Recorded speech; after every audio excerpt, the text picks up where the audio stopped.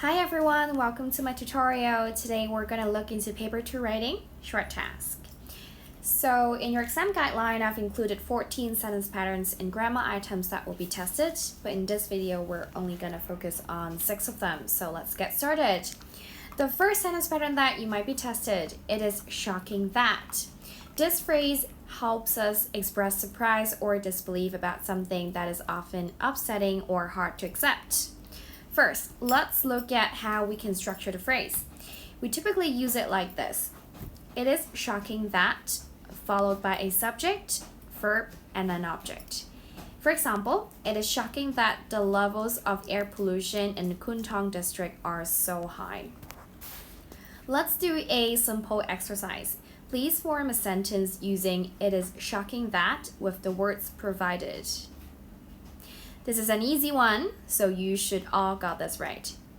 It is shocking that many people are unaware of the benefits of recycling. Now, let's think about the context in which we might use this phrase.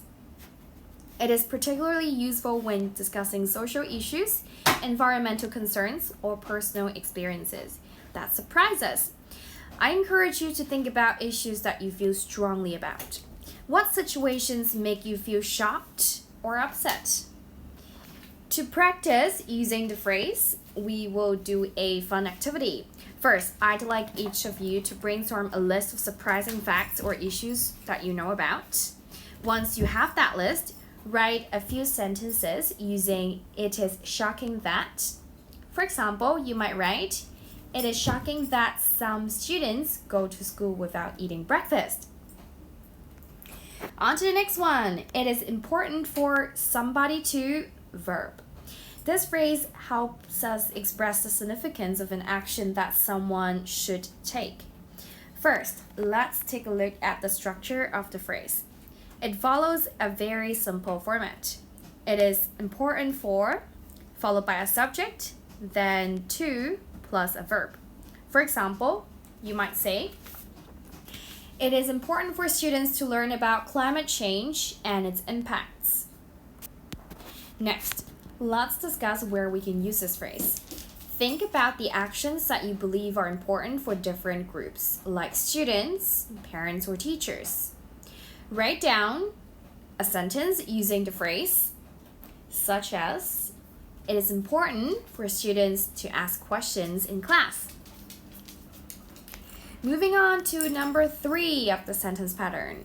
One of the major causes of is that. Let's start with the structure of the phrase. It is quite straightforward. One of the major causes of, followed by an issue, and then is that, followed by the clause. For example, you might say, one of the major causes of air pollution is that many vehicles emit harmful gases. This structure makes it very easy to communicate the reasons behind important topics.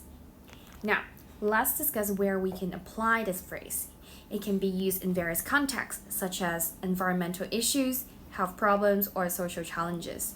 Now, I want you guys to look at the pictures on the slide and think about the causes of the following social issues: pollution, mental health issue, and aging population. What are some major causes you can identify? Now, remember, you can pause the video anytime and take your time to work on a task.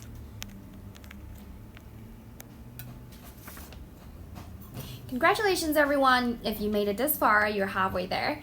In this video, we are also going to study the use of conditional sentences. These sentences are essential because they allow us to express conditions and their possible outcomes. They often start with if to indicate the condition. So I've included the 4 types, type 0, type 1, type 2, and type 3 conditional sentences, some examples, and their structure here. Please do a revision on your own. Now, let's do some practice together. In this exercise, I want you guys to identify the incorrect sentence. An example is done for you. Now, let's think about which one is right. If I have $1 million, I would travel the world. If I had $1 million, I would travel the world. Your thought process should be, which type of conditional are we using here and what is the structure of that type of conditional? Once you've identified that the second one is a type 2, you will quickly find out that if I have $1 million is wrong. Same as the third one. We're using conditional type 3. So if they leave earlier is wrong. Now let's put everything into practice. I'm gonna give you guys some time to work on making sentences on your own. Please make 3 sentences using the 4 conditional types.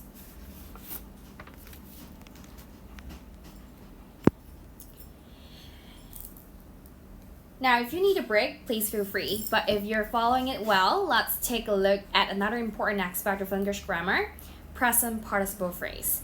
These phrases can add detail and variety to your writing, making your sentence more engaging. We can use a present participle phrase at the beginning of the sentence to give more information about the subject. For example, feeling hungry, the children finished everything on the table. So feeling hungry here is the present participle. The children as the subject and finished everything on the table is the main clause. Now, there are some do's and don'ts when you make a sentence. Take a look at these examples. Living in Hong Kong, I'm used to the busy life here. Versus, living in Hong Kong, it is a very busy city. Now, if you're confused about which one should be correct, think about the subject. Please note that the subject of the present participle phrase and the subject of the main clause must be the same. So when you look at the sentence on the right hand side, think about who's living in Hong Kong. Is it I or is it it? Then you'll see why. I know this is a little bit complicated, so let's work on a matching exercise together. An example has been done for you. So looking in the mirror, May put on a pink lipstick. Now, let's work on the first one. Living alone, Miss Young cooks for herself. Staying up late every night, Cindy often falls asleep in class. Feeling confused, Jamie called her cousin to ask for advice. Now, I know you guys are tired, so let's do a fun activity. So here you can see 2 pictures. Please describe what is happening using present participle phrases. I've given you guys some hints, so you can work on it on your own. You can pause the video and take your time. Okay, moving on to our last grammar item here. Let's talk about 2 important phrases in English, despite and in spite of. These phrases are used to express contrast and show how we can overcome obstacles. So both despite and in spite of mean the same thing and can often be used interchangeably. They help us indicate that something happens regardless of a particular situation or condition. So both phrases are followed by a noun phrase, or a gerund, which is a verb ending, ing. So an example is shown for you guys.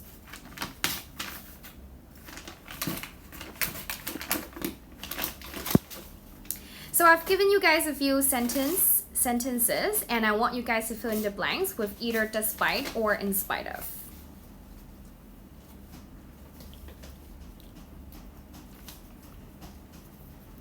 First one, he enjoyed the concert despite the bad weather, or in spite of the bad weather.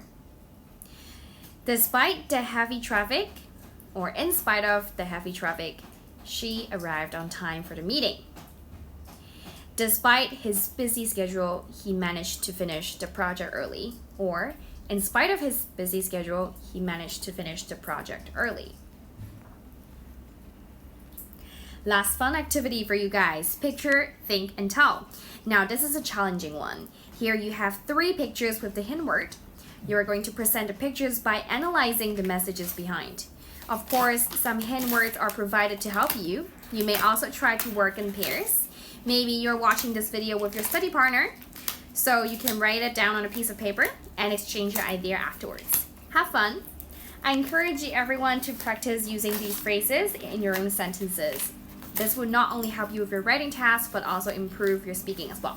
Good luck to everyone and see you next time.